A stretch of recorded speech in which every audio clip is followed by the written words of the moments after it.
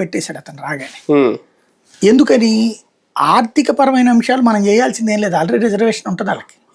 BC reservation అన్నటువంటిది ఆర్థిక పరంగా ఉంది కదా, ఉద్యోగాలు చదువుల్లో ఉంది కాబట్టి ఇంకా మనం కొత్తగా చేసేది ఏంది లేదు. కాబట్టి ఇతను కొత్తగా చేసే పని ఏంది అంటే బీసీ నేస్తం డబ్బులు వేయడం మహిళలకి, అది. రెండో పాయింట్ ఏంటంటే రాజకీయ అవకాశాలు.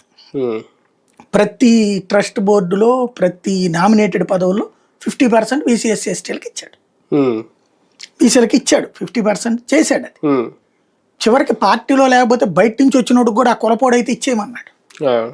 అది ఎక్కడ దాకా వెళ్ళాడు? రాజ్యసభ చరిత్రలో 8కి గాను 4 రాజ్యసభ స్థానాలు బీసీలకి ఇచ్చినటువంటి మొట్టమొదటోడు. తెలుగుదేశం తన జీవితంలో ఎప్పుడు ఇవ్వాలి. 4 ఏకదమ్ 8 మంది ఉంటే జగన్ దగ్గర 8లో 4 బీసీలు ఉన్నట్టు. తెలుగుదేశం జీవితంలో అట్లా ఎప్పుడు ఇవ్వలేదు బీసీలకి. ఒకరికి ఇస్తే ఇద్దరికి ఇస్తేనే వామ్మో అనుకున్నట్టు. అలాగా సాధించుకొచ్చాడు, రాజకీయ పరంగా ఎదిగేలాగా చేసుకొచ్చాడు జగన్. ఇప్పుడు ఆ తర్వాత మొన్నటిసారి తెలుగుదేశం నాయకులందరూ ఇళ్లకెళ్ళి మరి బీసీల ఇళ్ళకి జగన్ ఇట్లా చేస్తాం వల్ల జగన్ వైపు వాళ్ళ ఆలోచన ప్రారంభమైంది. నేను మాట్లాడాను కొంతమంది నాయకులతో, ఆ టైంలో నాతో మాట్లాడారు కూడా. జగన్ మూలంగా మాకు కొంత అడ్వాంటేజ్ అవుతుందండి, ఈవెన్ ఇప్పుడు మాకు తెలుగుదేశంలో కూడా అవకాశాలు వచ్చేటట్టు ఉన్నాయి, ఉంటే లేకపోతే జగన్ ఇస్తాడండి మాకు.